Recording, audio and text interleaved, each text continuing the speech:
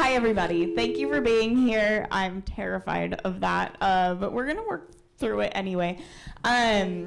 This is our final panel, the last hour. We did it. There, okay, until it's your, yeah, okay. We did it. Thank you so much for being here. Thank you so much for taking a chance on us today here at our very first Filmmaker Summit. I am Haeleigh Royall. I am one of the founders of Cinematography for Actors. With me for this conversation is Nancy Weintraub, Chief Advancement Officer of Easter Seals Southern California. It is a huge honor. Thank you so much for being here. Oh my God, it's my pleasure. We were thinking, instead of a panel where I just ask her 1,000 questions, this can be more of an open conversation. If you would like to jump in and join, please feel free to say something. We encourage that. We would love that. We have an hour. I have some information about fiscal sponsorship, as does Nancy. And then Nancy has a lot of other information that I'm really excited for us to share.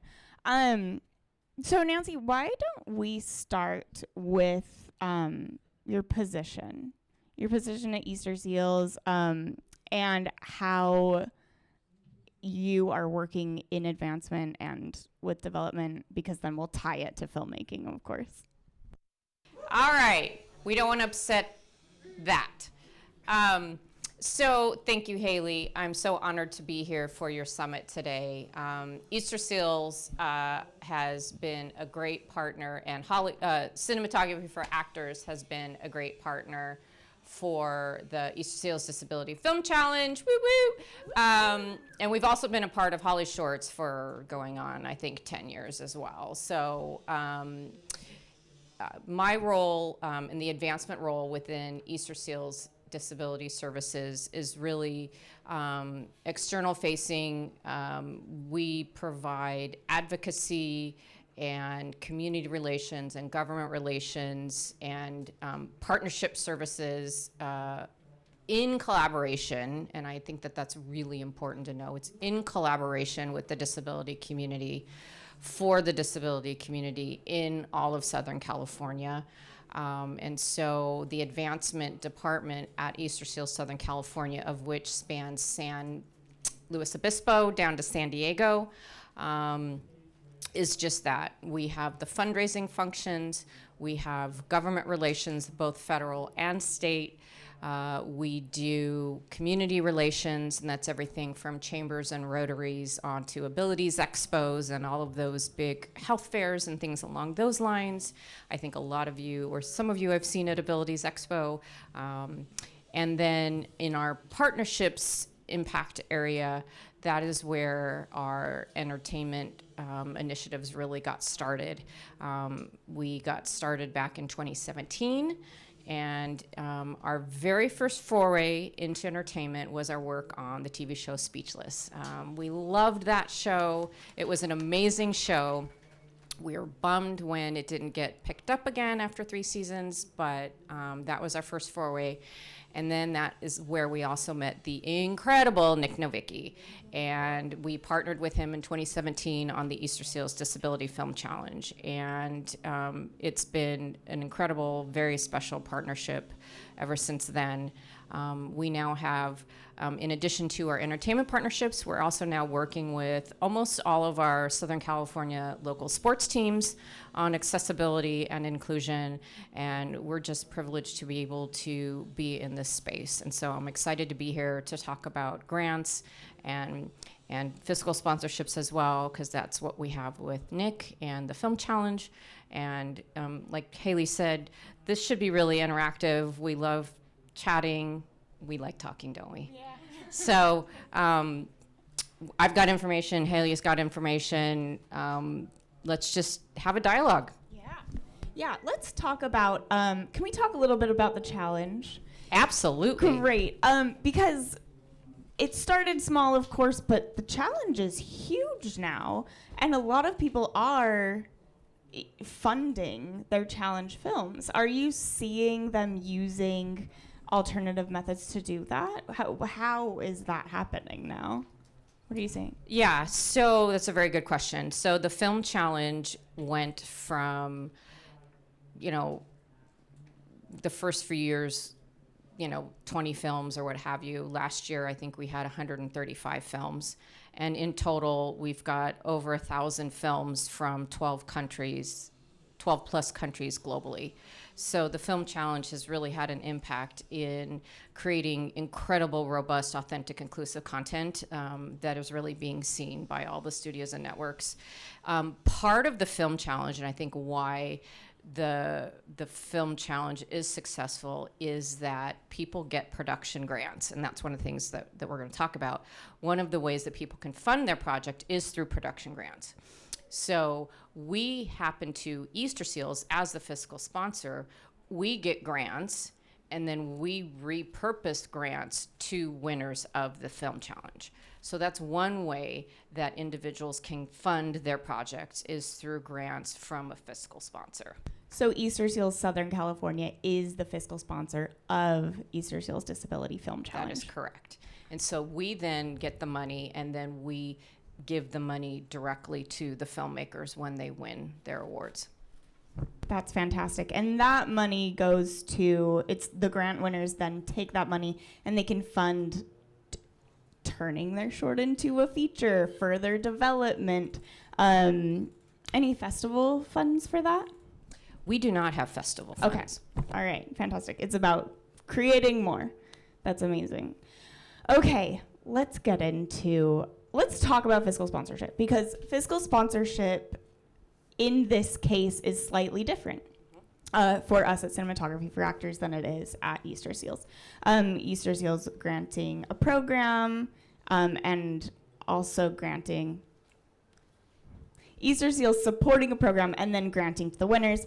At Cinematography for Actors, our fiscal sponsorship model is a means whereby each individual project is supported by us. So someone will come to us with a film instead of a larger project, and that film can be supported by a fiscal sponsorship. To touch on fiscal sponsorship, what it technically is a means whereby a project can borrow a nonprofit organization's 501c3 status to be able to accept tax-deductible donations and certain grants that are not regularly available for a for-profit project. So it's a really great way, if you are looking for funding, to go to people who have a lot of taxes they want to write off. It is and any donation you receive is tax deductible. We process our tax receipts for donors, mostly manually at this point, but as we grow, we'll need to do it a little bit differently. I assume there is a much there are easier ways that you're doing it over there.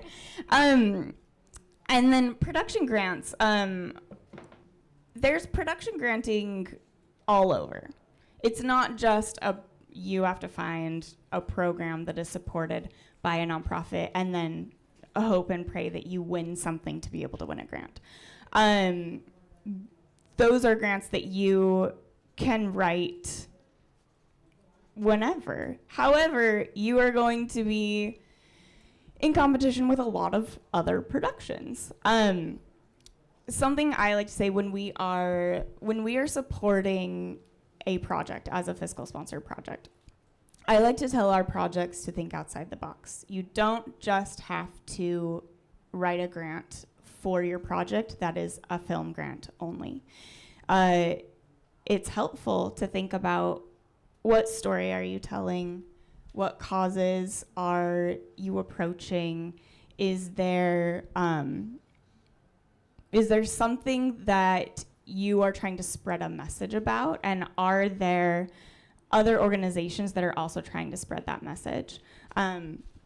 Because a lot of the time you can approach grants from message sharing angles as a project, and you're spreading the word. So your film falls underneath their mission. So that's one little tactic that I like to share. You got any tactics? Nancy knows a lot more about grant writing than I do. Got some tactics to share? I think what I wanted to kind of talk about a little bit is where to even begin. And I think that's something that I wanted to start talking about. And there's a couple of different resources that I wanted to share. First is, I mean, I assume everyone here lives in the state of California, but if not, your state art councils or film commissions are a very good place to start. They often will list whether they are fiscal sponsors or film commissions. Those are great places to start. We talked about film festivals or institutes. It's a second place to start that's going to list resources for you to find either fiscal sponsorships or places to find grants. But if you're looking for very specific examples that will list out, I mean, certainly Sundance and the Sundance Institute and Labs, I think everyone's heard of that. They're a great resource.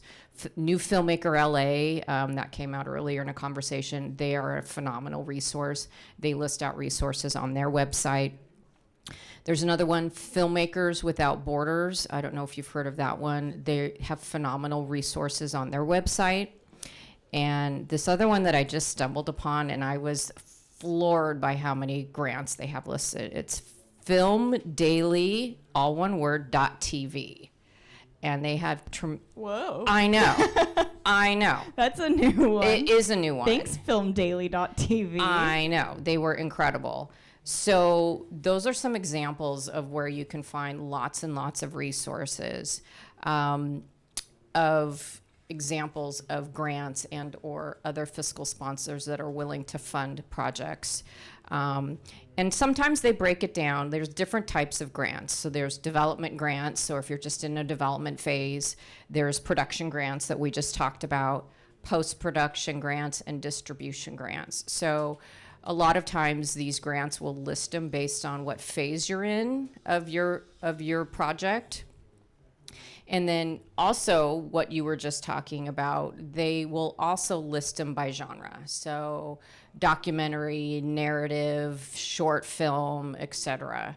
So these are the types of then search fields that you want to make sure you have ready to go when you're going into these resources. That's fantastic. While you were talking, I had a little, because sometimes that happens. And I wanted to kind of jump back to fiscal sponsorship for a moment. Do you, at Easter Seals, when you bring on a fiscally sponsored program, how many do you have, first of all? Well, we only have two. Just two? Okay, amazing, okay. Do you require that program to have their own LLC, their own business incorporation in any way? No, we don't, but we have like a very sophisticated like MOU or, business contract with them. Right. I remember, it was a while ago now, but I remember researching the different types of fiscal sponsorship. I'm assuming we are under different types. I want to note here, while we're sitting with a bunch of filmmakers who may look into fiscal sponsorship on their own or have, I want to note that it is not legally required when you take on a fiscal sponsor for you to have a business incorporation of any. Your project does not have to be incorporated as a business. Some fiscal sponsors do require it, and they require you to have your own separate business account. Some don't. I say, if you are a person making a film, I say you should, big time. Not required, but I think you should. And this is because of tax implications. I'll tell you why. When a fiscal sponsor accepts a donation for you, anything that they disperse out to your project, you, as an individual filmmaker, either become personally liable for those taxes as a it's leaving my head, as a private contractor, or if you have a business incorporation and you have that bank account, the business becomes responsible for those taxes. It's a lot higher if you accept $100,000 as an individual to make your movie. So that's why I say yes, incorporate either a production company that you are going to use over and over again for projects, or incorporate the film itself. It protects you legally as well if there's ever any type of legal issue, but especially for taxes, you don't want to be personally responsible for the money that you bring in to create that project. And honestly, that just makes good sense whether you're using grants as an individual or you use a fiscal sponsor. I mean, just using your having a business entity that you funnel the grants through just makes a lot of sense from a tax perspective. And always ask advice of a tax professional when you're doing those things. So you're saying even if individuals are simply applying for film grants, arts grants, any kinds of grants, they should also be funneling those through their business. That's something new that I didn't know. Thanks, Nancy. And can you clarify? Yes. For tax implications, because you. Yeah, you're writing a grant as an individual, and this is again where I'm not a tax expert, so please, I don't want to give the wrong advice, but when it comes to writing off tax expenses, it's better to run it through a company than as an individual, because when you write a grant, like when we give production grants through us as a fiscal sponsor, we still give individuals a 1099.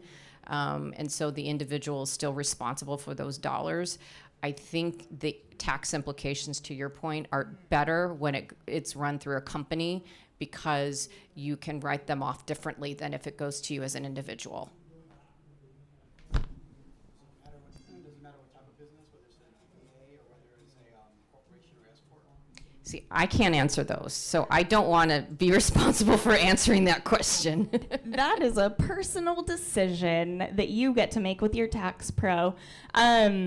I do know that in the state of California, LLC taxes, before any of your losses or there's a threshold of what you can bring in. Generally, what you the first year are going to be paying in taxes is $800. And that's way better than if you're paying a third of $100,000 as an individual. That's just the quick math in my head. So I'm gonna read to you, because I put this in AI, because I know they're talking about AI upstairs. So I'm just gonna read to you because I knew tax implications were gonna come up. So I'm just gonna read to you, because there's a way for individual filmmakers to restructure as tax credits when you receive grants. So I'm just gonna read to you. So, oh wait, hang on. Okay, California tax treatment of filmmaking grants. Okay, grants versus tax credits. So grants, if you receive a direct grant, it is typically treated as ordinary income.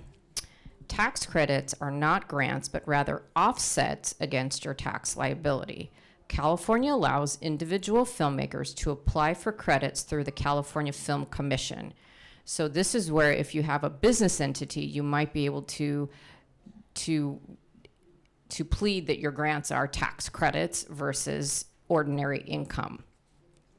Starting in 2025-26, individuals, not just corporations, so this is new, can elect to make 90% of their allocated tax credit refundable. Ooh, that's new. 90%? You must first apply the credit to your current tax liability. Any excess can be refunded over 5 taxable years. Refunded, not just credited. That's money back. Qualified expenses are crew wages, equipment rentals, location fees, and post-production costs. So here's the documentation required. You need to submit what's called an agreed upon procedure report, or an AUP. So look that up. and you get it from a qualified CPA. See, I told you, you need a CPA. And approved projects must follow strict budget tagging and tracking protocols.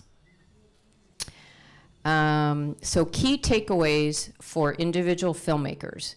Grants are taxable unless structured as reimbursements. Tax credits can significantly reduce your tax liability. You must apply through the California Film Commission to meet documentation and expenditure requirements, and consider working with a CPA familiar with entertainment tax law to maximize benefits. If you guys need a recommendation for a CPA that's great for entertainment, I got one for you. See me after. He's actually, I'll say his name right now. Lamont Dixon is an amazing CPA. He's been my CPA for years, and he knows what he's doing, and he works with people in entertainment all the time. So he'll have all of that for you. I hope he doesn't get mad at me. Oh, yeah. Okay. So cool. So those are, I mean, there's lots of things to think about when you're looking for funding, and the tax implications is just one piece, but there are other ways to look at that income that that you might not have thought about before. Yeah. Yeah, and think about Tax credits, who knew? Tax credits, refunds. Refunds, tax credits, who You knew? can get a refund. Okay, fantastic. Before we move on to a different subject, does anybody want to ask us any questions? I Yeah. guess I'm a little confused on the term writing grants. So is it writing grants when you're applying for grant? Like you're Correct. writing an application to get a grant. So you could write a ton of those and never receive money. That is true. Saying to still be in a business even while you're just writing those, because they have to give them to whoever. So if you do get money, they have to give it to the entity that wrote or applied for it. Like you couldn't just apply for a bunch, then I get money. Okay, now I got to incorporate or something and incorporate. So you'd have to. That's why you're saying do it like before. What I have seen from some of the projects we've worked with is they've gone ahead and applied, and then once they knew something was coming in, usually a grant maker will give them a little time. They'll let them know that they will be receiving the grant, and there is time to then incorporate, so that for years and years you're not just kind of hanging on to an LLC and wondering if there will ever be money coming in. However, if you are partnered with a fiscal sponsor, it's highly reasonable that there will be donations coming in from friends and family asks, I like to call it third circle asks, where you ask your friends and family, your first circle, you send them your donation link, and you let them know that you're doing this and you're making this beautiful story, and are they as excited as you, and do they have any money to give you? And please also share this with somebody that you think might be interested. And usually what we see is that first circle of friends and family, they don't donate very much. You get $100 here, $200 there. They don't have a lot of money to donate, but they do send it to their second circle, their friends and family. They let them know, someone I know is making this incredible films. They're telling this story.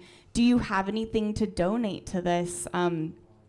Also, please share with anyone you think might be interested. And then what that gives you is the power of someone who's speaking for you. Someone coming to you through a recommendation is a lot of the time stronger than someone coming straight at you, right? So they ask that second circle, and it's the same thing. You don't see a lot of $1,000 here, $1,000 there. But that third circle, they send it to their third circle, and that's usually where we're seeing $10, $20, sometimes $100,000 coming in for a project, because there's so much power behind recommending someone.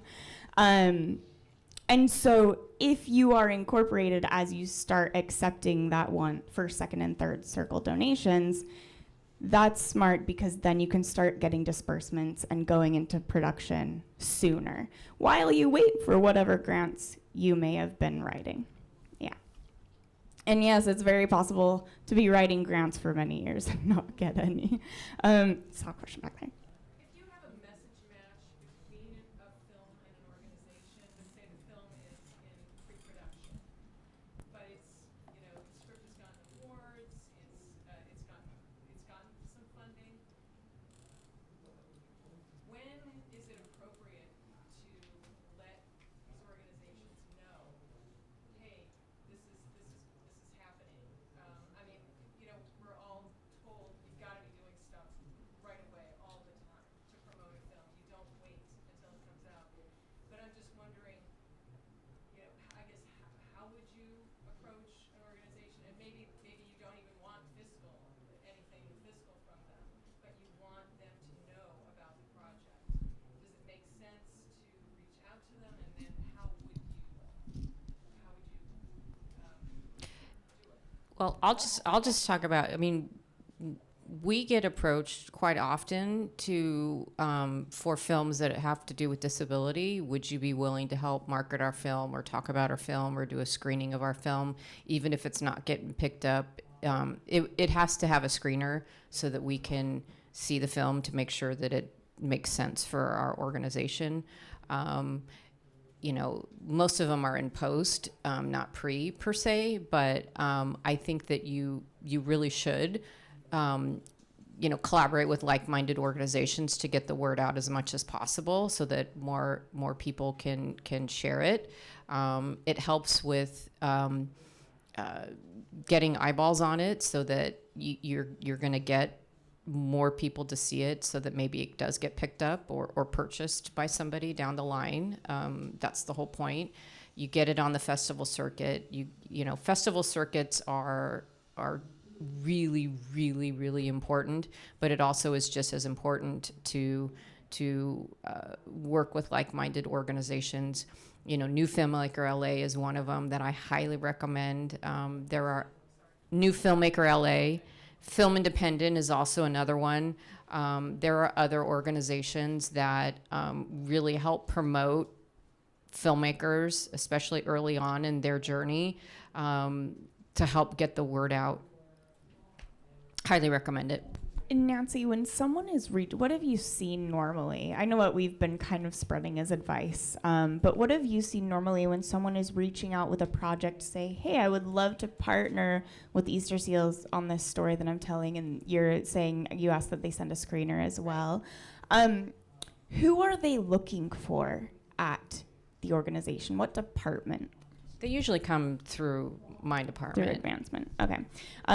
What I've been spreading is advancement, marketing, development.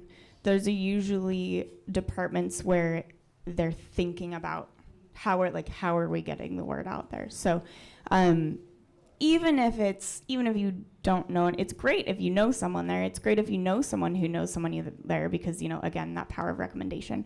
But if you don't, sending not everything all at once, but just a quick few sentences, log line, something just saying, hey, looking to talk to someone, development, advancement, marketing, I have this project I'm working on, would love to send some more information over.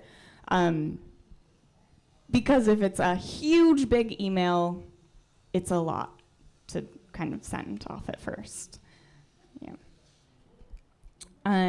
What's another cool tip we have? I want to actually talk to you about grant writing at Easter Seals as a whole. As we're saying, it can be really possible to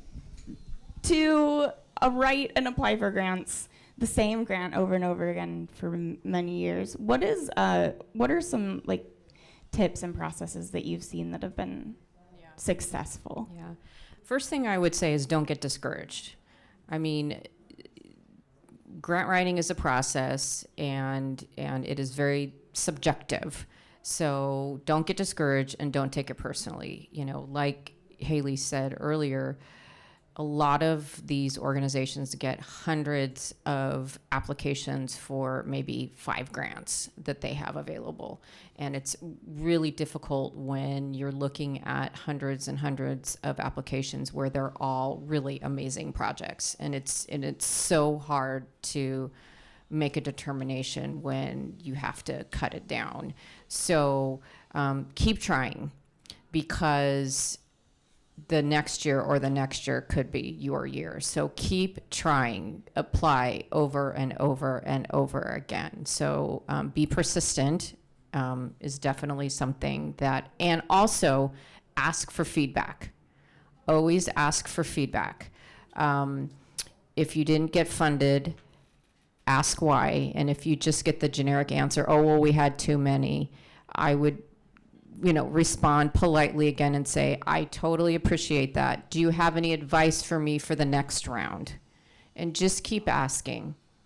And so, that's going to just help position you that much better in the next round. And if they just say, look, we don't have time, well, then, of course, you're going to politely say thank you and move on. But keep asking, keep applying. Don't take it personally.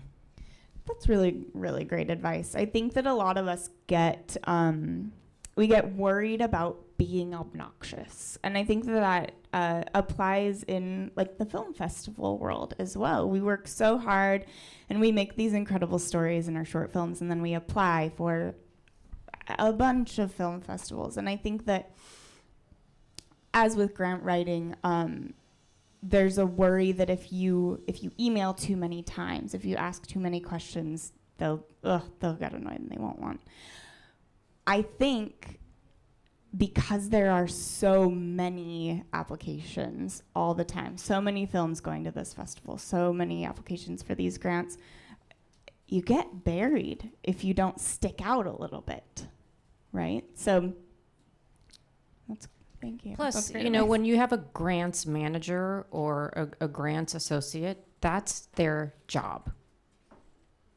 Is to be reaching out a few times. That's their job, to manage the grants process. And so if folks reach out to them and ask questions, that's part of their job.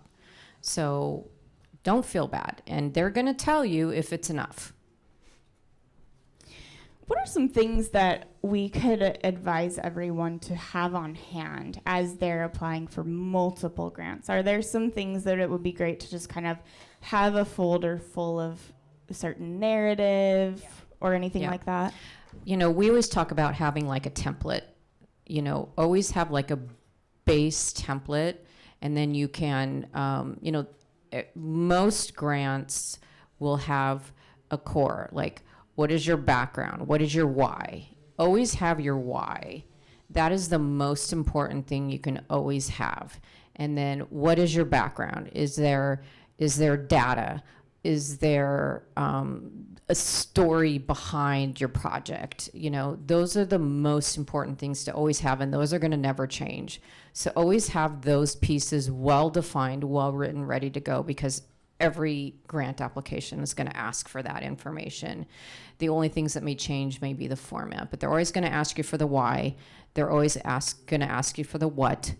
They're going to ask you for what are you trying to solve, so to speak, with your project.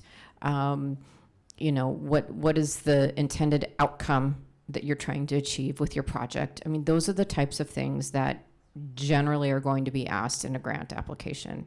Who's your target audience? So always have those core pieces already written, ready to go. And something else that I have witnessed is budgets. You're building a project, you want to shoot a short film. Even if it's going to change, even if it's not correct, if you have some numbers, some type of estimation of what it's going to cost you to shoot your story, market your story, take your story to a festival, and you apply with that, it just shows that you are prepared to accept those funds because you know exactly where they're going. And that can change. That can change. I have seen, we have a project that accepted a grant and their budget changed, and they were able to submit that changed budget before they accepted the grant, and all was good. But it's so much easier to have that ready to go so that you can just make those adjustments before you send it off. And just remember, some grants will accept overhead or indirect and some won't. So you're gonna always want to have two different budgets, one that has an indirect and one that doesn't. Can you explain what the difference is? So indirect is like if you want to pay for yourself, give yourself a salary, or, paying crew that's a given. You're going to have to pay your crew. But let's say you want to pay yourself, or let's say you are going to write off part of your house as part of production or things like that. Those are indirect costs. That's not direct costs for putting on or producing your movie. Some grants will allow you to put that in your budget and some won't. So have two different budgets. Some will allow you to get away with doing that and some won't. And some have it capped. Some of it's 10%, 12%, and some won't allow it at all. 10 or 12% indirect, which means Correct. Your salary that Yeah. you're paying for yourself. Two budgets, one where you get paid and one where you don't. Filmmaking. That's amazing. I would love to know when you are, because at Easter Seals, of course, you have grant writers. When you're working with them, what is the process of, is there a spreadsheet that they're working from? Are they collecting data and just like making sure that they know the different grants and what they're looking for? Or is it they find a grant, they say, hey, I want to do this one, they do this one?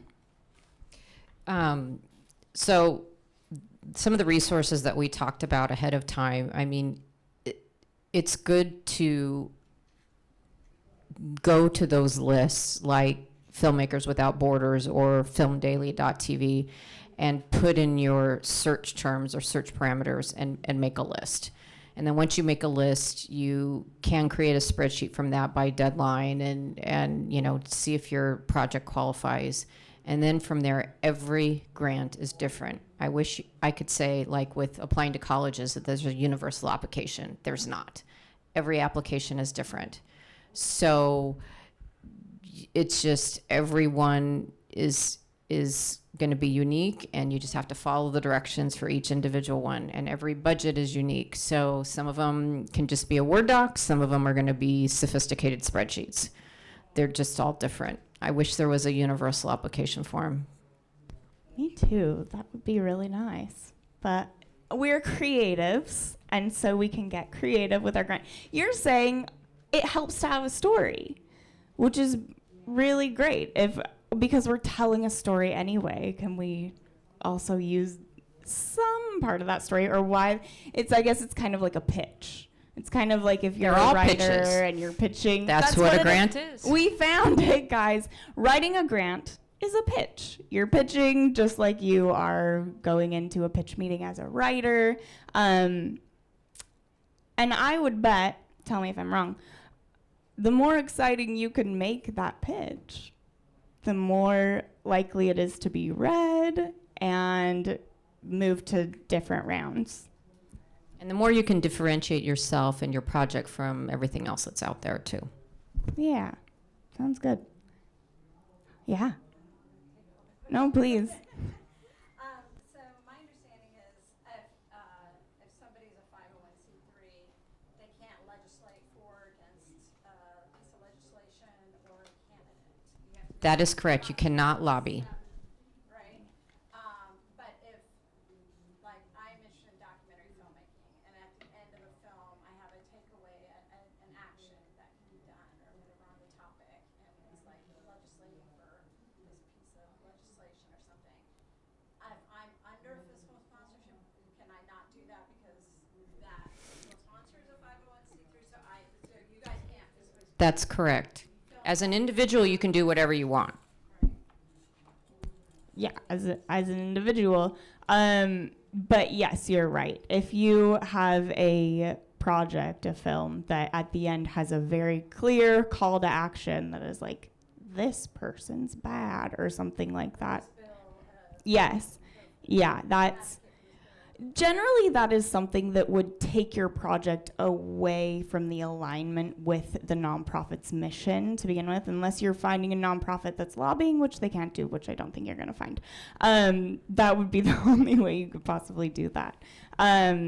So yes, it's very important that your project remains aligned with the mission that that nonprofit has. Because if at any point we find your story deviates or your fiscal sponsor thinks that you're not telling that story or aligned with that mission anymore, they can stop that fiscal sponsorship. There would be a term clause. There is. Term clause. Should we talk about terms? Let's talk about fiscal sponsorship terms. Let's talk about contracts.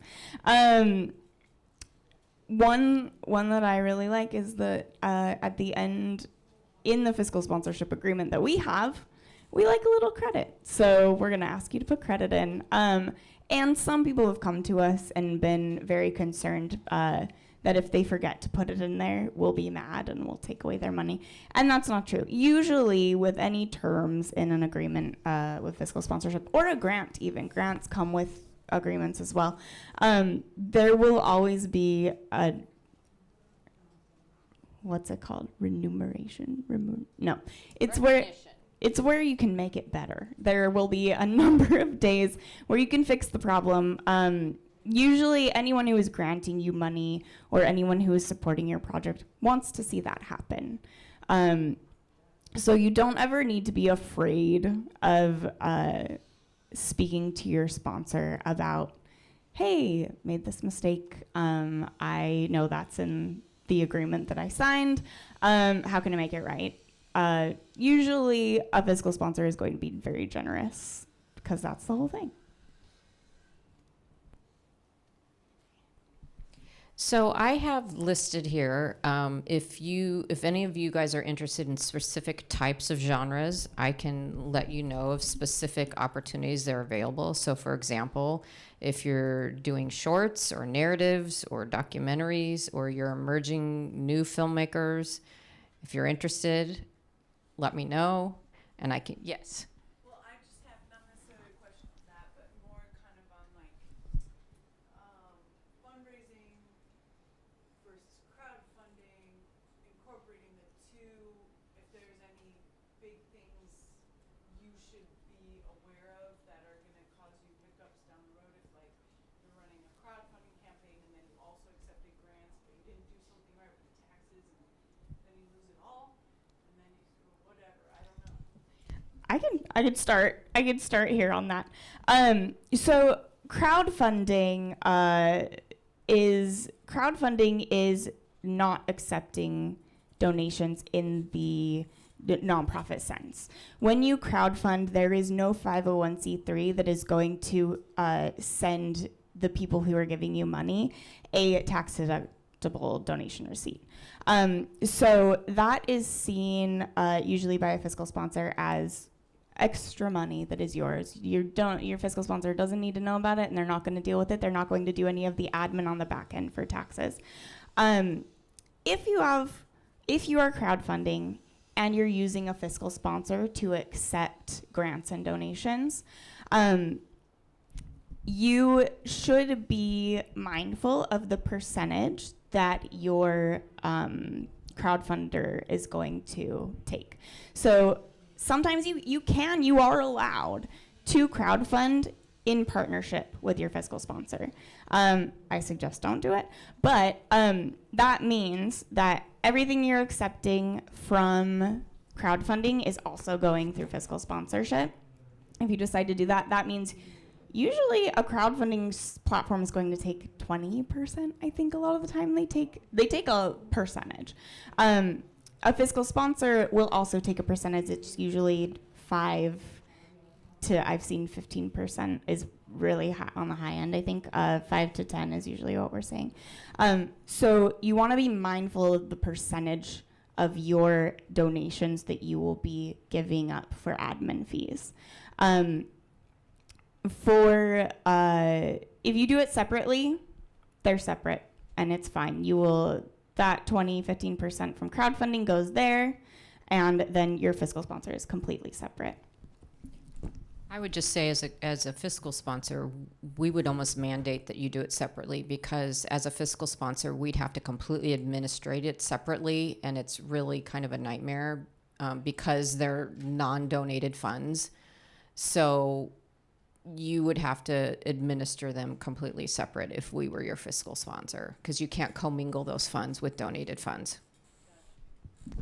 I think that is very smart and wise. We've actually also never commingled them. CFA is a partner fiscal sponsor on Seed and Spark, so it can be done. But it is a pain. It's a pain. And you lose more money that way anyway.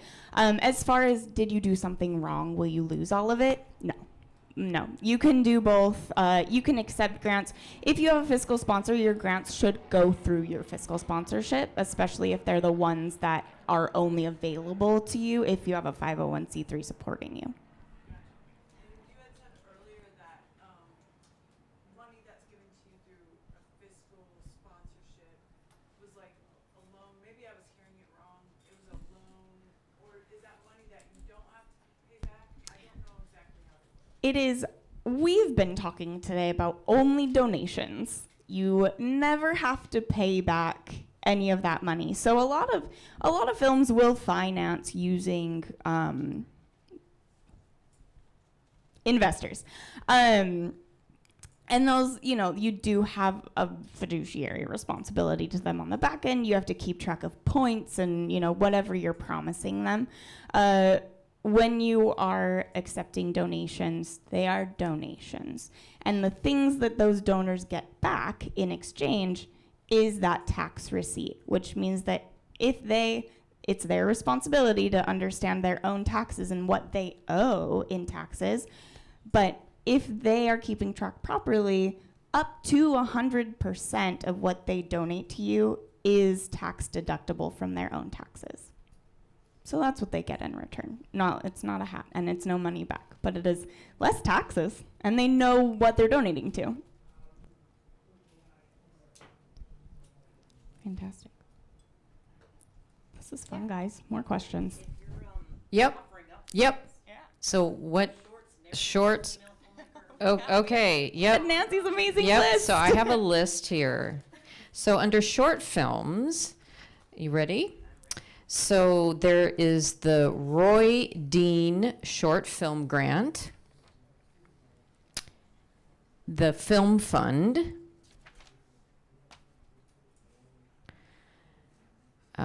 Shore Scripts Short Film Fund, Claims Conference Film Grants. Claims, CLAIMS. Mm-hmm. Claims Conference. So those are some examples. And then you said, did you say? Female filmmaker or genre or feature narrative. Narrative. Okay, let's go to narrative. So I do have some narratives here. Let's see what we got here. So, of course, I mentioned them earlier. Film Independent. Panavision has a new filmmaker program. This is a good one. The Screen Craft Film Fund. Those are up to $30K. Austin Film Society, that goes back to those film commission. Sloan Distribution Grants, those are up to $50K. Sundance. Creative Capital Award in Film Funding, that's also $50K. I've used Creative Capital before. Actually, fantastic platform.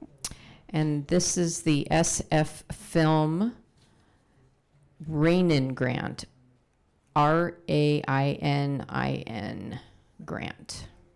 So those are some examples in narrative. Keep going. Everyone's All scribbling right. them down. So think they want I the whole also list. have documentary. Anybody interested in documentary? Okay, some good stuff in documentary. So the AXS Film Fund. We have got the Catapult Film Fund.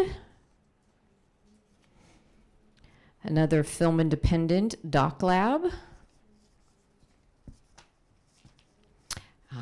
California Documentary Project Grant. We got Sundance. We got Hot Docs Film Fund. ITV Open Call. Oh, here's a good one. The Diversity Development Fund. And the Southern Documentary Fund for filmmakers from the Southern United States. So that only applies if you're from the Southern United States. Okay, and then let's see here. These are excellent, Nancy. I want to know, so right now, she's awesome, and she's giving everybody fish. And then will you teach us how to fish? Tell us, how Absolutely. do you do that? How did you find all of these? Yeah.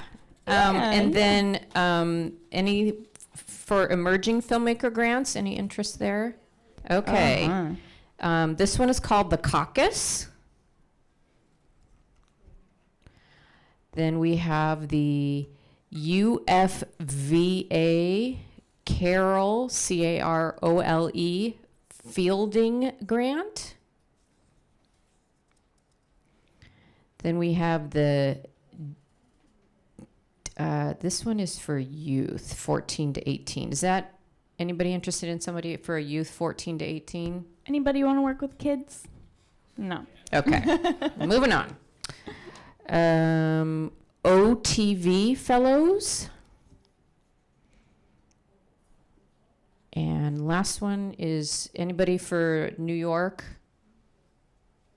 Okay, the Orchard Project.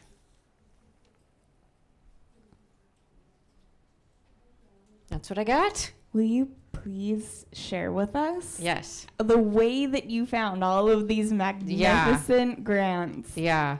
So a lot of the examples that I gave you earlier, go on Filmmakers Without Borders, filmdaily.tv. Straight from those websites. New Filmmakers LA, Film Independent. Go to them. So there's really no quick fix, is what you're saying. You have to sit You have and to you do have the to work. research and you have to write everything down. And then I'd imagine if you're interested in any of these grants, you have to click in and look at the application and see how you can craft and twist and Well, write you a have to look at the story. eligibility. So that's the first thing you have to do. You have to make sure you're eligible. That's the first step. Yeah. Do a lot of these grants require a submission fee? That's a good question. Legitimate, and they do request a fee. Some do, some Some don't. don't. I have to imagine, I know that festivals and stuff do. A lot of the individual ones normally don't. I would say no, but don't quote me. The ones that we write don't. Yeah. And I know that everything that we've applied for at Cinematography for Actors did not. I'm not going to say exactly it's not legit if they ask for money. Because sometimes, processing an application is a thing that is taxing and you have to pay someone to do it.